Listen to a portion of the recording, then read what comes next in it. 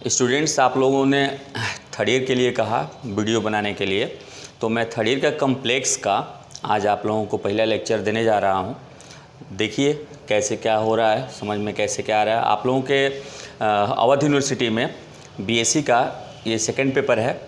देखिए कैसे चलते हैं हम लोग। सबसे पहला काम हम लोगों को जो बीएससी थर्ड ईयर में पढ़ना है, ये एनालिटिक फंक्शन से रिलेटेड चीज़ें पढ़नी है। यानी कम्प्लेक्स का मॉडिफाइड फॉर्म में एनालिटिक फंक्शन है आपका, कम्प्लेक्स फंक्शन का मॉडिफाइड फॉर्म।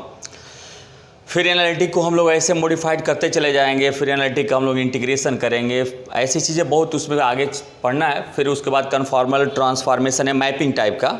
ये चीज़ें आप में सिलेबस आप देखेंगे, आपको पता चल जाएगा। पहले हम लोग एक एक टॉपिक को जानें कि क्या एनालिटिक फंक्शन एक्चुअल में किसे कहेंगे, हार्मोनिक फंक्शन किसे कहेंगे। देखिए, जैसे आप जानते हैं कि एफ एक्स हम लिख रहे हैं यहाँ पे, और एफ एक्स की वैल्यू मैंने लिख दिया x square minus 2x plus 5। तो चूंकि ये एक्स में लिखा गया है, इसलिए आप कहते हैं कि आपका ये दिया गया फंक्शन एक्स का है। दैट इज आप बोलते हैं F x is a function of x. ठीक उसी तरह से अगर सपोज करिए हम एफ जेड लिखें और इसको जेड स्क्वायर ही केवल कर दें, या बाकी चीज़ें नहीं दे रहे हैं, केवल जेड इसका सिंपल सा एक सोचिए, तो अब हमारे पास ये कहेंगे कि फंक्शन ऑफ ये जेड है। जेड की वैल्यू, चूंकि हमारे पास जेड की वैल्यू होती है एक्स प्लस आई वाई। अब हम इसको अगर यहाँ रखते हैं तो ये एक्स प्लस आई वाई का स्क्वायर। अब ये आपके पास बन गया x square minus y square और प्लस आई एक्स वाई। ठीक है, यानी चूंकि ये जेड में दिख रहा है आपको, ये जेड का मैंने वेरिएबल इसका जेड है, इसलिए इस फंक्शन को आप कहेंगे फंक्शन ऑफ जेड। और जेड क्या है? कम्प्लेक्स नंबर है। It means it is a function of complex number. F Z is a function of complex number. इसको हम लोग बोलेंगे function of complex number, complex number. चलिए अब थोड़ा यहाँ देखते हैं। देखिए, जब आप z कहते हैं तो z की वैल्यू आप जब x प्लस आई वाई रखते हैं तो आप कहते हैं ये आपका रियल पार्ट है, x आपका रियल पार्ट है और y आपका इमेजिनरी पार्ट है। ये सिंगल वेरिएबल है, x सिंगल वेरिएबल है, y सिंगल वेरिएबल है। लेकिन यहाँ देखिए, आपके पास ये रियल पार्ट है rp, और यहाँ पे आपके पास ये रियल पार्ट है, ये पूरा, यानी आपके पास इमेजिनरी पार्ट है, सॉरी इमेजिनरी पार्ट। तो ये इमेजिनरी पार्ट है, रियल पार्ट है। हम क्या देख रहे हैं, इसमें एक्स वाई दोनों है, दैट इज डबल वेरिएबल हो गया। ये आपके पास एक्स वाई दोनों है, दैट इज डबल वेरिएबल हो गया। तो अब इन जनरल सपोज करिए हम अगर एफ जेड इक्वल टू कोई फंक्शन लिख रहे हैं, z to the power n a zero z to the power n plus 7 z to the power n minus 1 plus a two z to the power n minus 2 dot and so on. तो हम क्या देख रहे हैं कि अगर हमने एक बार केवल स्क्वायर लिया तो ये डबल वेरिएबल में आ गया। अब आप चाहे 2 बार लें, 3 बार लें, 10 बार लें, n बार लें, आपके पास पूरा फंक्शन 2 ही पार्ट में ब्रेक होगा। एक्स वाई रियल में भी रहेगा और एक्स वाई इमेजिनरी में भी रहेगा। इसी कारण जब हम कम्प्लेक्स फंक्शन को डिनोट करते हैं तो अब ये चूंकि ये डबल वेरिएबल में इसका रियल पार्ट भी आ गया और डबल वेरिएबल में इमेजिनरी पार्ट भी आ गया, तो जब इसको u में लिखा गया, यानी रियल पार्ट को u से रिप्रेजेंट किया गया, तो यहाँ कह दिया गया कि यह u is a function of x Y and i भी, ये भी फंक्शन हो गया एक्स वाई का। यानी जैसे बुकों में लिखा नहीं रहता, अचानक कहीं पे आ जाता है कि u एंड v को कहीं पे पूरा सॉल्व कर गए, कहीं नहीं दिया, अचानक दे दिया कि u भी एक्स वाई का फंक्शन है। कैसे है ये आपको क्लियर हो जाए इससे कि हम चूंकि फंक्शन ले रहे हैं एफ एक्स इक्वल टू इतना, उसी तरह से अगर हम एक्स यहाँ पे जेड यूज कर दें और छोटा सा एक फंक्शन लिए f Z equal to z square, z की value x plus i y रखा, यहाँ पे रख दिया, आपके पास स्क्वायर हुआ। रिजल्ट क्या आ रहा है कि एक्स वाई आपके पास डबल वेरिएबल है, मैंने ये डबल वेरिएबल का रियल आ गया और डबल वेरिएबल का इमेजिनरी भी आ गया। तो हम ये देख रहे हैं कि हम अगर इसको पावर को चाहे जितना बढ़ा दें, हमारे पास एक्चुअल में 2 ही पार्ट आएगा, एक रियल आएगा और एक इमेजिनरी आएगा। रियल पार्ट में एक्स वाई ही वेरिएबल रहेंगे और इमेजिनरी पार्ट में भी एक्स वाई वेरिएबल रहेंगे, इसलिए रियल वाले पार्ट को यू माना गया और इमेजिनरी वाले पार्ट को भी माना गया। अब ये आपको क्लियर हो गया कि क्यों यू को हम एक्स वाई का फंक्शन कहते हैं। इतनी बात सबको कंफर्म हो गई। ये आपके पास, इसलिए हम इसको रियल पार्ट कहेंगे। u is the real part of complex function and v is the imaginary part of complex function. Clear? अब चलते हैं, थोड़ा सा अब आगे बढ़े हम।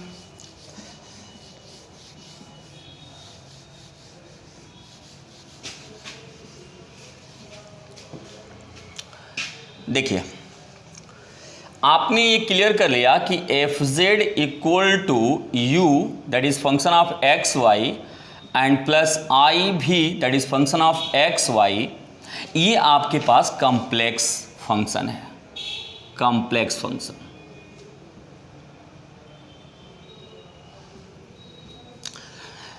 बाबू, अगर ये हमारा कॉम्प्लेक्स फंक्शन, ये जो हमारे पास कॉम्प्लेक्स फंक्शन है, अगर ये दो बातों को होल्ड कर जाए, पहली चीज कि एफ जेड जो हो, F Z is differentiable eight A point, जिस पॉइंट पे हो, जैसे सपोज करिए जेड इक्वल टू ए पे हो जाए, ठीक है, और दूसरा नंबर पे उसी पॉइंट पे ये सी आर इक्वेशन को होल्ड करे, कॉसी रीमान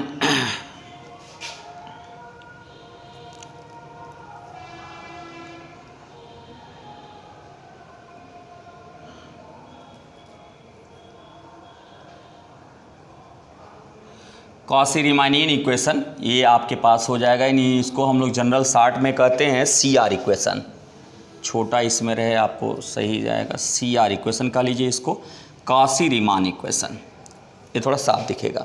ये सी आर इक्वेशन है क्या, बाद में उधर मैं लिख दूंगा आपको। सी आर का मतलब, सी आर का मतलब होगा कॉसी, आर का मतलब रीमानियन और इक्वेशन। ये क्या है C R equation? Del you by del x equal to del we by del y and del you by del y equal to minus del we by del x. इसको हम लोग कहते हैं Cauchy Riemann equation. Del you by del x equal to del we by del y and del you by del y equal to minus del we by del x, ये Cauchy Riemann equation है। तो अगर आपका complex function in दो चीज़ों को, ये भी एट वहीं पे होगा, एक ही पॉइंट पे एट जेड इक्वल टू ए, तो जिस पॉइंट पे आपका कोई कॉम्प्लेक्स फंक्शन डिफरेंशिएबिलिटी को होल्ड कर जाए और कॉसी रीमान इक्वेशन को होल्ड कर जाए, तो हम कह देंगे कि हमारा जो ये एफ जेड है, जो एफ जेड दिख रहा है आपके पास, यहाँ पे एफ जेड आपके पास, देन हम ये कह देंगे कि then f Z equal to u plus i v is an analytic function, is an analytic function. Clear हो गया? इन जनरल आप ध्यान दीजिए कि अगर आप ऐसे लिखे हुए कॉम्प्लेक्स फंक्शन, और कॉम्प्लेक्स फंक्शन अगर आपके पास ये दो चीज़ों को होल्ड कर जा रहा है किसी पॉइंट पे, तो आप कह देंगे कि आपका दिया गया जो फंक्शन है वो एनालिटिक है उस दिए गए पॉइंट पे। ठीक, ये प्रूफ किया जाएगा, सारी चीज़ें आपको हम प्रूफ करेंगे। अब आइए थोड़ा सा फंक्शन को फिर आगे हम बढ़ाते हैं। इसी को जनरली हम लोग W से रिप्रेजेंट करते हैं। अगर ये हमारे पास जो फंक्शन दिख रहा है, ये अगर ये लाप्लास इक्वेशन को होल्ड कर जाए, ये हमारे पास जो एनालिटिक फंक्शन है, ये लाप्लास इक्वेशन को, लाप्लास इक्वेशन क्या है तो u के लिए आप समझ ही रहे हैं, del two U upon del X square plus del two U upon del Y square equal to 0 और del two V upon del X square plus del two V upon del Y square equal to 0। ये आपके पास हो सकता है। अगर आपके पास, पहले ध्यान से समझिए, कॉम्प्लेक्स नंबर है, ये दो होल्ड किया, आपने एनालिटिक कहा, और अगर कोई फंक्शन एनालिटिक है और अगर ये दो बातों को वह होल्ड कर जा रहा है, तो हम उसको कहेंगे कि ये जो हमारे पास फंक्शन हमारे पास बना, देन ये w equal to f Z equal to u plus i v is harmonic और रेगुलर फंक्शन। इसको आप बोलेंगे हार्मोनिक और रेगुलर फंक्शन। ठीक है, उसी पॉइंट पे, जिस पॉइंट पे आप काम कर रहे हैं उसी पॉइंट पे इसको रेगुलर और हार्मोनिक फंक्शन कहेंगे। यानी हमको मेन तौर से यही दो फंक्शंस को ले करके और आगे इन्हीं पे सारी चीज़ें पढ़ना है हम लोगों को। ठीक, अब देखिए ये चीज़ें तो आपको हो गई। अब जो हम ये लिखे हुए हैं इसको कैसे, इस चीज़ को कैसे हम प्रूफ करेंगे, अब इस बात पे आते हैं। जैसे सपोज करिए किसी भी थ्योरम को, किसी भी चीज़ को कहने में दो कंडीशन आती हैं, एक नेसेसरी और दूसरी सफिशिएंट। ठीक, नेसेसरी पार्ट क्या है, जैसे मान लीजिए हम ये कह रहे हैं कि एक फंक्शन है कॉम्प्लेक्स जो कि एनालिटिक है। भाई एनालिटिक कब है, अगर वो ये दोनों कंडीशन को सेटिस्फाई कर रहा है तो हमारे पास नेसेसरी कंडीशन क्या बन जाएगी, a complex function having differentiability. A complex function having differentiability is said to be analytic if it satisfied CR equation. फिर समझिए नेसेसरी कंडीशन क्या हो गई, इसकी जो थ्योरम आपके पास बनी ये आपको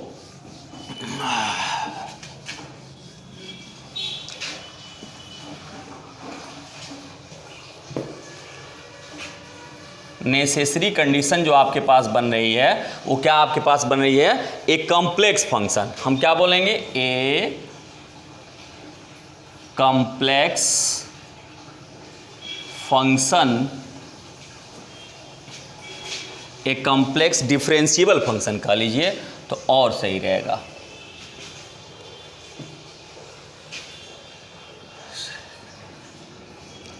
नेसेसरी कंडीशन लिखे हैं, a complex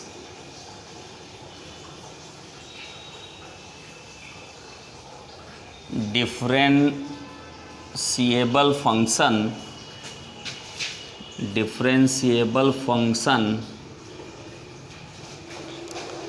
is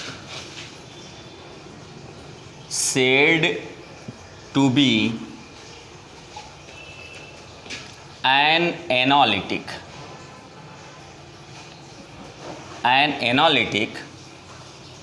if it satisfied CR equation, Cauchy Riemann equation, CR equation. यानी अगर कोई हमारी नेसेसरी कंडीशन बन गई आपके एनालिटिक फंक्शन की, necessary condition of an analytic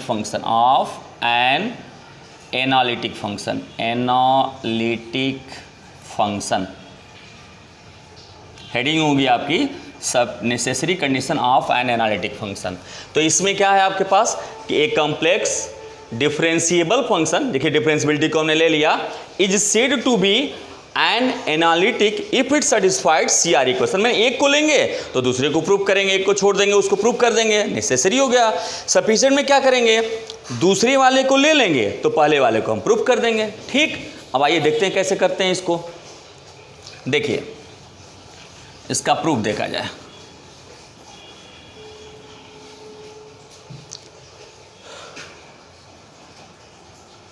proof ले रहे हैं, हम ये जानते हैं, वी नो दैट जेड की वैल्यू जो है वो x प्लस आई वाई है, तो डेल जेड जो हमारे पास बनेगा वो हमारे पास डेल एक्स प्लस आई डेल वाई होगा। ऐसे ही अगर हम एफ जेड को लिख दें तो एफ जेड हमारे पास बन जाएगा u प्लस आई भी, u is a function of x Y and also v is a function of x y. इसी तरह से अगर हम f z plus del z कर दें तो ये हमारे पास बन जाएगा u, और x में चूंकि देखिए जे डेल जेड की वैल्यू डेल एक्स प्लस आई डेल वाई है ना, तो ये x में आपके पास बन जाएगा x plus del x comma y plus del Y, और ये i ये भी बन जाएगा x plus del x comma y plus del Y. ये आपके पास फंक्शन हो गया। डिफरेंशियबिलिटी हम ये करने क्या जा रहे हैं, आप ये सोच रहे हैं क्या लिखते जा रहे हैं। देखिए डिफरेंशियबिलिटी है ना हमारे पास, तो पहले डिफरेंशियबिलिटी पे पहुंचे फिर कंडीशन बनाएंगे कि डिफरेंशिएबल होगा कैसे। तो डिफरेंशियबिलिटी के लिए आप जानते हैं f z plus del z minus f z upon del z tends to 0, वही करने जा रहे हैं। देखिए हमने यहाँ पे लिया f z plus del z minus f z, अगर आप लेते हैं तो क्या मिल रहा है आपको, जब आप इसमें से इसको सबट्रैक्ट करेंगे तो आपके पास मिल गया u x plus del x comma Y plus del y, real part एक साथ लिख दे रहे हैं, minus u x comma y, ये आपके पास एक ब्रैकेट में मिल गया। दूसरे ब्रैकेट में आपके पास मिल गया I V X plus del x comma Y plus del Y minus भी एक्स कामा वाई। क्लियर? अब हम ये देख रहे हैं इसमें हम डेल जेड से डिवाइड कर दे रहे हैं, हमने कर दिया डेल जेड से डिवाइड, डेल जेड से डिवाइड किया तो यहां पर भी आपके पास आ गया डेल एक्स प्लस आई डेल वाई। ठीक, अब हम लिमिट ले रहे हैं, limit del z tends to zero, तो जब limit del z tends to zero लेंगे तो आपके पास यहां पर भी लिमिट बन जाएगी, लिमिट अब ये बनेगा del x tends to zero and del Y tends to zero, del Y tends to zero, दोनों आपके पास जीरो होंगे। ये आपके पास मैंने इसको इक्वेशन 1 दे दिया। डिफरेंशियबिलिटी का मतलब ये हुआ कि अगर आप कॉम्प्लेक्स प्लेन में चल रहे हैं तो रियल पाथ में डिफरेंशियबिलिटी और इमेजिनरी पाथ में डिफरेंशियबिलिटी अगर दोनों सेम आ जाए, दोनों इक्वल हो जाए तो हम बोलेंगे डिफरेंशिएबल हो गया। तो हम यही कंसेप्ट ले रहे हैं, चूंकि डिफरेंशियबिलिटी हमारे पास है तो हम एक बार रियल पाथ में डिफरेंशियबिलिटी उठा लेते हैं और एक बार इमेजिनरी में, और दोनों को इक्वल कर देंगे तो हमारे पास CR इक्वेशन अपने आप आ जाएगा। तो चलिए आपको थोड़ा सा इसको जल्दी हम कर दें। देखिए, for real number, for real plane, real plane में चलेंगे तो आपके पास y जीरो होगा, that is del y zero होगा।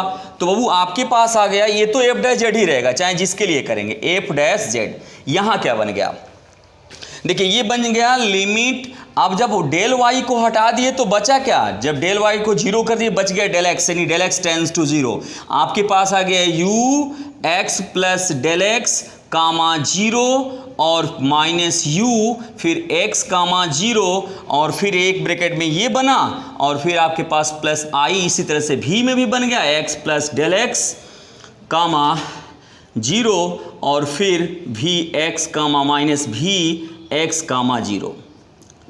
ये आपके पास आ गया टोटल के अपान में हमारे पास डेल एक्स बन गया। तो बाबू हम इसको कहेंगे del you by del x, ये del you by del X हो गया और वो हो गया I del V by del x. ये हमारे पास एक इक्वेशन निकल के आ गया, हम इसको इक्वेशन 2 दे दिए।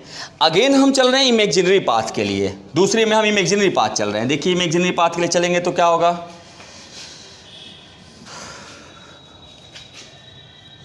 फॉर इमेजिनरी पाथ, जब इमेजिनरी पाथ के लिए चलेंगे तो हमारे पास हो जाएगा डेल एक्स टेंस टू बने x equal to zero, that is del x equal to zero. तो आपके पास आ गया f dash z equal to, ये आपके पास एफ डैश जेड आपके पास जो है ये बन गया। अब देखिए यहाँ पे आपके पास क्या बन जाएगा, limit del Y tends to zero, I नहीं लिखेंगे, और ये हो जाएगा U zero comma Y plus del Y और फिर माइनस यू और जीरो कामा वाई अपान में आपके पास बाबू आई डेल वाई होगा, आई डेल वाई। और ठीक इसी तरह से आपके पास दूसरा जो बनेगा वो हो जाएगा limit del Y tends to zero, भी के लिए अलग कर दिए तो ये बन जाएगा आपके पास आई आई कैंसिल, तो भी zero comma Y plus del Y और फिर हमारे पास माइनस भी जीरो कामा वाई और टोटल के अपान में आपके पास बन गया आई आई कैंसिल हो गया डेल वाई। दैट इज ये आपके पास जो वैल्यू मिल गई एफ डैश जेड, ये एफ डैश जेड आपके पास मिल गया, एफ डैश जेड मिल गया del you by del Y और 1 अपान आई, इट मीन्स इसको हम अगर आई से मल्टीप्लाई कर दें तो ये माइनस आई हो जाएगा ऊपर नीचे। अब फिर यहाँ आई आई कैंसिल हो चुका है क्योंकि यहाँ आई था पहले, यहाँ था और यहाँ था, तो दोनों आई कैंसिल हो चुके हैं, इसलिए आपके पास डेल भी अपान डेल वाई। ये इक्वेशन 3 हो गया। अब आपके पास बस एक लाइन आपका हो गया प्रूफ। देखिए हम चल रहे हैं फ्रॉम 1 and 2, 1 और 2 से, 1 और 2 से दोनों left side f z z है तो दोनों लेफ्ट साइड इक्वल, दोनों राइट साइड इक्वल, यानी हम ड्यू टू डिफरेंशियबिलिटी इसको कह देंगे from 1 and 2 due to differentiability, DIF लिखे समझ लीजिएगा। तो ये आपके पास पहले आया था del you by del x plus I del V by del x equal to ही आपके पास आ गया minus I del we by del Y plus del you by del Y. अब दोनों को आप कंपेयर कर दीजिए रियल इमेजिनरी पार्ट, तो del you by del X इधर रियल है, उधर रियल ये है, del you by del Y. और फिर आपके पास दूसरा आ गया एंड इमेजिनरी इक्वेट कर दीजिए, तो डेल यू बाई देखिए del you by del x del we by del x, ये आपके पास आया था del you by del y, del you by del y है, तो ये बन गया del we by del x equal to minus del you by del y. मतलब बात वही हुई, आप del you by del y equal to minus del you by del x का देंगे, ये सी आर इक्वेशन हो गया। Hence C R equation exist, आपके पास सी आर इक्वेशन था, प्रूफ कर दिया आपने। इस तरह से आपका थ्योरम प्रूफ हो गया। नेक्स्ट लेक्चर में आपको सफिशिएंट कंडीशन बताएंगे। ओके।